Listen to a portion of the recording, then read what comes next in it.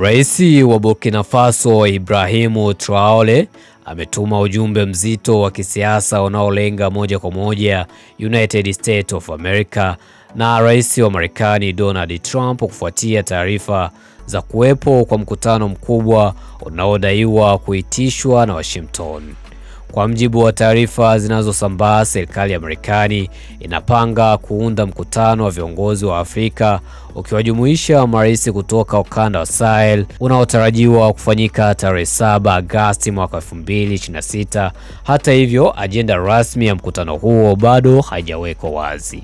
Katika hatua kushangaza, Rais Traore ametangaza kuwa nchi yake itaandaa mkutano mwingine mkubwa wa kimataifa mjini Ouagadougou tarehe 7 Julai mwaka 2026, mwezi mmoja kabla ya ule unaodaiwa kuitishwa na Marekani. Kwa mjibu wa duru za kisiasa, mkutano huo ambao umepangwa kufanyika Ouagadougou unatarajiwa kuwashirikisha viongozi mbalimbali wa kimataifa, wakiwemo hata viongozi kutoka mataifa magharibi. Taarifa hizo zinaeleza kuwa jina la rais wa Marekani Donald Trump limetajwa kuwa miongoni mwa wanaotarajiwa kuhudhuria. Rais Traore ameweka wazi msimamo mkali, akisisitiza kuwa iwapo Trump hatahudhuria mkutano huo wa Burkina Faso, basi viongozi wa nchi za ukanda wa Sahel hawatoshiriki mkutano wowote utakaoandaliwa na Marekani.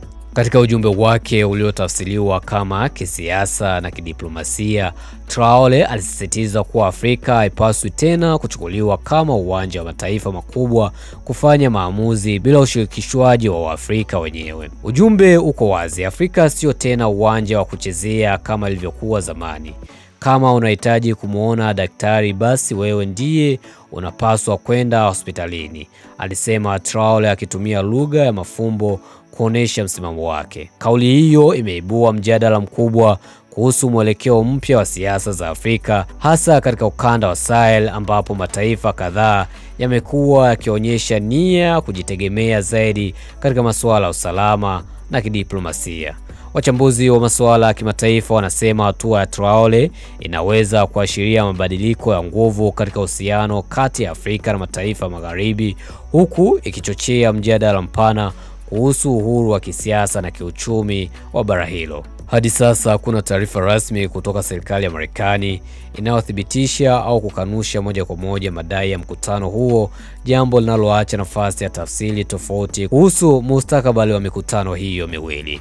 Bana, mtazamo wako ni upe hapo chini, sema comment, dondosha hapo chini, utakometisha sana. Mr. Barrow, that's my name. See you another time.